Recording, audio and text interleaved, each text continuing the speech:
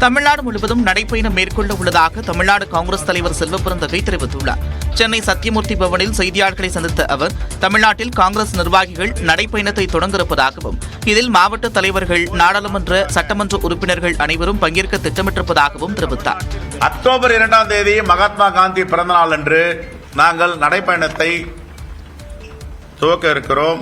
சட்டமன்ற உறுப்பினர்கள் அந்தந்த தொகுதியில திட்டமிட்டு இருக்கிறார்கள் நடைபயணம் செய்வதற்காக. நாடாளுமன்ற உறுப்பினர்கள், புதுடெல்லியிலிருந்து தலைவர்கள் வரவிருக்கிறார்கள். இந்த நடைப்பயணம் தொடர்ந்து நடக்கும். இன்னும் ஓரிரு நாட்கள் தேதிகளை அறிவிப்போம். நடைப்பயணத்தில் கலந்து கொள்ள டெல்லியிலிருந்து தலைவர்கள் வர இருப்பதால் இதற்கான தேதி இன்னும் ஓரிரு நாட்களில் அறிவிக்கப்படும் என்றும் அவர் கூறினார். இது வெறுப்பு அரசியலுக்கான நடைப்பயணம் இல்லை என்றும், தமிழ்நாட்டின் கட்டமைப்பை வலிமைப்படுத்துவதற்காகவும் தமிழர்கள் மீது அன்பு செலுத்துவதற்காகவும் மேற்கொள்ளப்படும் நடைப்பயணம் என்றும் செல்வபெருந்தகை தெரிவித்தார். சிவில் சர்வீசஸ் முதல்நிலை தேர்வு முடிவுகளை மத்திய அரசு பணியாளர் தேர்வாணையம் வெளியிட்டுள்ளது. IAS, IPS, IFS உள்ளிட்ட பணிகளில் 1056 காலி பணியிடங்களை நிரப்புவதற்கான சிவில் சர்வீசஸ் முதல்நிலை தேர்வு கடந்த மாதம் 16ஆம் தேதி நடைபெற்றது. இதில் நாடு முழுவதும் 13 லட்சத்திற்கு மேற்பட்டோர் கலந்து கொண்டனர். இந்த தேர்வு முடிவுகளை மத்திய அரசு பணியாளர் தேர்வாணையம் திங்கட்கிழமை வெளியிட்டுள்ளது. இதில் தேர்வு செய்யப்பட்ட தேர்வர்களுக்கு செப்டம்பர் 20ஆம் தேதி பிரதான தேர்வு நடைபெறும் என்று எதிர்பார்க்கப்படுகிறது.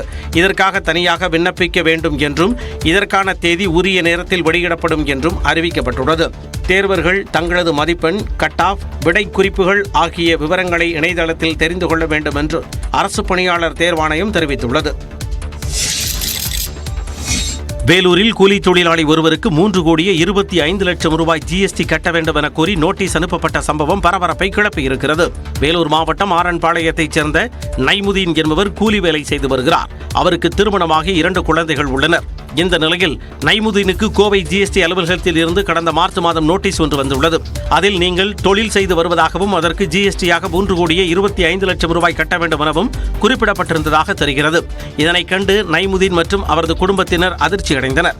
இந்த நிலையில் வேலூர் மாவட்ட ஆட்சியர் அலுவலகத்தில் மக்கள் குறைதீர்வு கூட்டத்தில் மாவட்ட ஆட்சியர் சுப்புலட்சுமியை சந்தித்து நைமுதீன் மனு அளித்தார். அவரது மனுவை பெற்றுக்கொண்ட மாவட்ட ஆட்சியர் சுப்புலட்சுமி இதுகுறித்து விசாரணை செய்வதாக கூறினார். உயர்நீதிமன்ற உத்தரவை மீறி தன்னை பற்றி பாடகி சுசித்ரா அவதூறான கருத்துக்களை தெரிவித்து வருவதாக முன்னாள் கணவரும் நடிகருமான கார்த்திக் குமார் சென்னை உயர்நீதிமன்றத்தில் மீண்டும் முறையிட்டுள்ளார். கருத்து வேறுபாடு காரணமாக பாடகி சுசித்ரா, கார்த்திக் குமார் 2018ஆம் ஆண்டு விவாகரத்து செய்து கொண்டனர். அண்மையில் தனியார் செய்தி நிறுவனத்துக்கு அளித்த நேர்காணலில் நடிகர்கள், நடிகைகள் பற்றியும் தம்மை பற்றியும் சுசித்ரா பேசியதாக கார்த்திக் குமார் தரப்பில் கூறப்பட்டது. தனது நற்பெயருக்கு களங்கம் விளைவிக்கும் வகையில் சுசித்ராவின் பேட்டி இருப்பதாக கூறி 1,01,00,000 ரூபாய் மான நஷ்டஈடு வழங்க கோரி முறையிடப்பட்டது. இந்த வழக்கில் கார்த்திக் குறித்து பேச ஏற்கனவே உயர்நீதிமன்றம் இடைக்கால தடை விதித்து இருந்தது. இந்த வழக்கு நீதிபதி கார்த்திகேயன் முன்பு மீண்டும் விசாரணைக்கு வந்தது. அப்போது உயர்நீதிமன்றத்தின் தடையை மீறி சுசித்ரா பேசியிருப்பதாக கார்த்திக் குமார் தரப்பில் புகார் தெரிவிக்கப்பட்டது. அப்போது எதிர்மனுதாரருக்கு நோட்டீஸ் சென்றடையாததால் வழக்கின் விசாரணை வரும் 22ஆம் தேதிக்கு நீதிபதி ஒத்திவைத்தார்.